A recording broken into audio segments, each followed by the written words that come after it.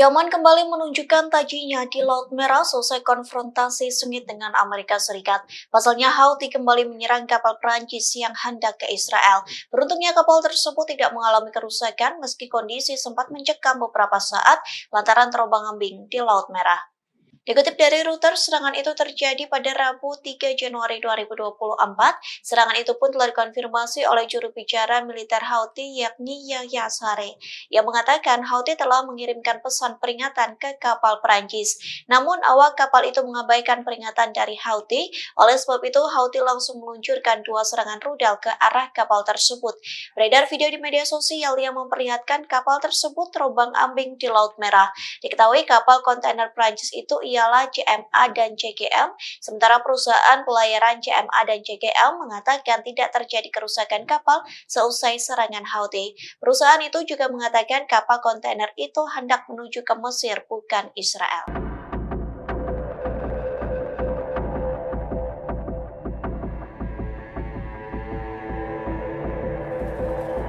Pemimpin senior Hamas Saleh Al-Arauri tewas dibunuh Israel pada Selasa 2 Januari 2024.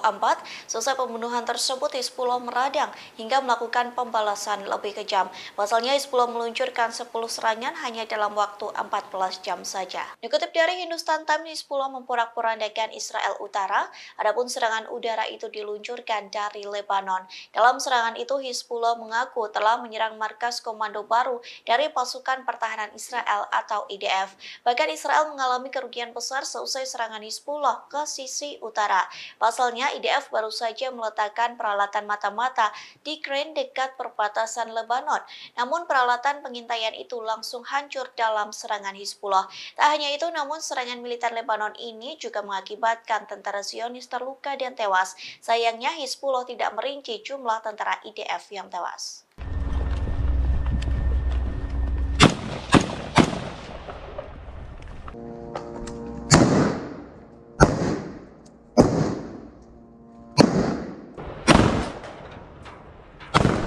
Pasukan Pertahanan Israel atau IDF kepergok memakai senjata pemberian Amerika Serikat untuk membunuh pemimpin senior Hamas Saleh Al-Arauri.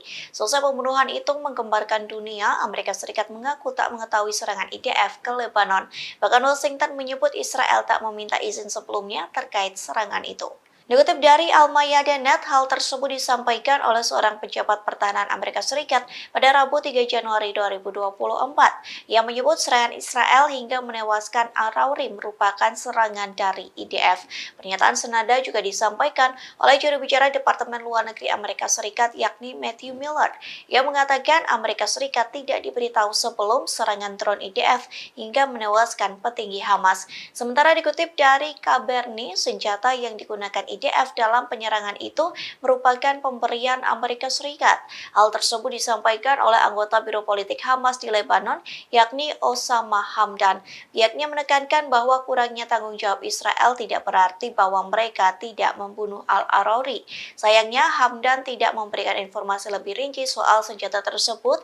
Begitu pula dengan Amerika Serikat yang belum memberikan konfirmasi terkait penggunaan senjata pemberiannya yang digunakan IDF untuk membunuh pos Hamas.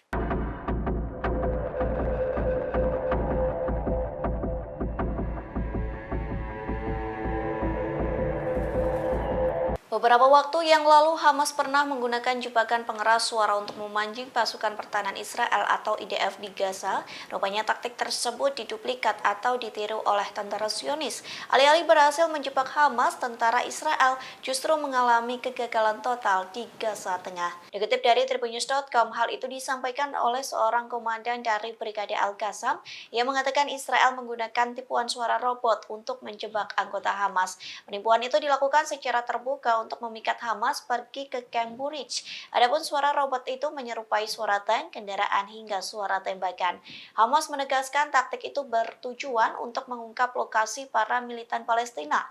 Namun pejuang Hamas tetap waspada untuk menggagalkannya. Sebaliknya, Al-Qassam menghancurkan kumpulan kendaraan pendudukan dan tentara Israel di Khan Younis. Sementara tentara Israel mengumumkan pada hari yang sama ada 25 tentara yang terluka selama 24 jam terakhir.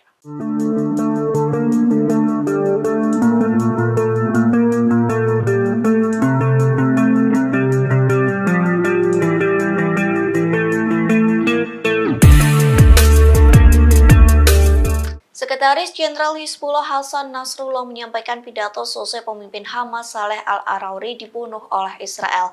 Dalam pidatonya, Hasan Nasrullah menegaskan Hizbullah akan memerangi Israel tanpa ada aturan. Dikutip dari Tribunnews.com, Hizbullah tidak akan tinggal diam seusai Arauri tewas. Nasrullah mengatakan serangan Israel ke petinggi Hamas di Beirut Selatan merupakan bentuk kekalahan Israel. Ia juga mengungkap bahwa pembunuhan Arauri adalah tindakan berbahaya yang tidak akan terjadi tanpa hukuman. Pihaknya mengatakan pembunuhan Arauri merupakan upaya IDF untuk menciptakan kemenangan setelah gagal mencapai tujuan di Gaza. Lantas ia memperingatkan agar Israel tidak menyerang Lebanon, namun Nasrullah mengancam akan melakukan perlawanan habis-habisan tanpa batas. Bahkan Hizbullah menegaskan mereka tidak takut melawan Israel hingga akan terus menyerang tanpa aturan. Nasrullah mengakhiri pidatonya dengan berjanji untuk membahas masalah ini lebih lanjut dalam pidatonya pada hari Jumat 5 Januari 2024.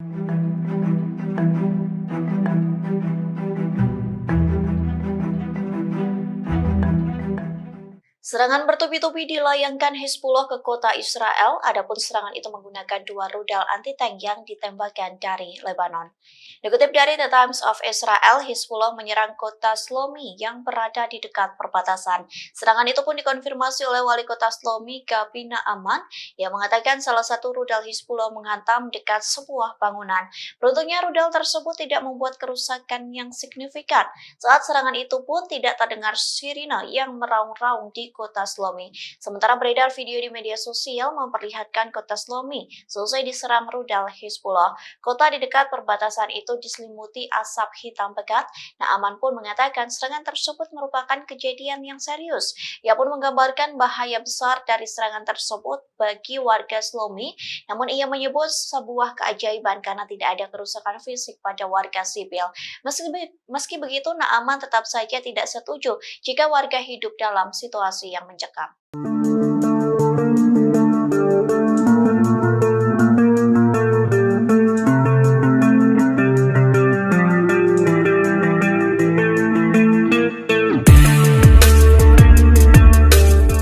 Seorang pembawa berita Israel membawa senjata api saat melakukan siaran langsung di studio. Senjata api itu dikantongi di saku belakangnya. Dikutip dari Tribunnews.com, presenter itu ialah Lital Semes yang merupakan seorang presenter berita channel 14 Israel. Dari foto yang beredar terlihat Lital membawa satu senjata di pinggangnya. Bahkan senjata api itu terus dikantongi meski ia melakukan siaran langsung di studio. Peristiwa itu terekam saat Lital melakukan siaran langsung pada Selasa 2 Januari 2024. Terlihat senjata itu bersebelahan dengan mikrofon. Diketahui channel 14 Israel merupakan saluran televisi Israel yang pro dengan pemerintahan Perdana Menteri Benjamin Netanyahu. Sementara banyak warga Israel yang mengajukan izin kepemilikan senjata kepada pemerintah. Kondisi itu terjadi selesai Hamas menyerang pada 7 Oktober 2023 silam. Seorang firma hukum dan notaris Israel yakni Eran Ezra mengatakan banyak warga Zionis yang membawa senjata karena keadaan relatif tidak aman. Ia mengatakan ancaman keamanan di Israel terus berkembang hingga saat ini. Download Tribun X sekarang, menghadirkan lokal menjadi Indonesia.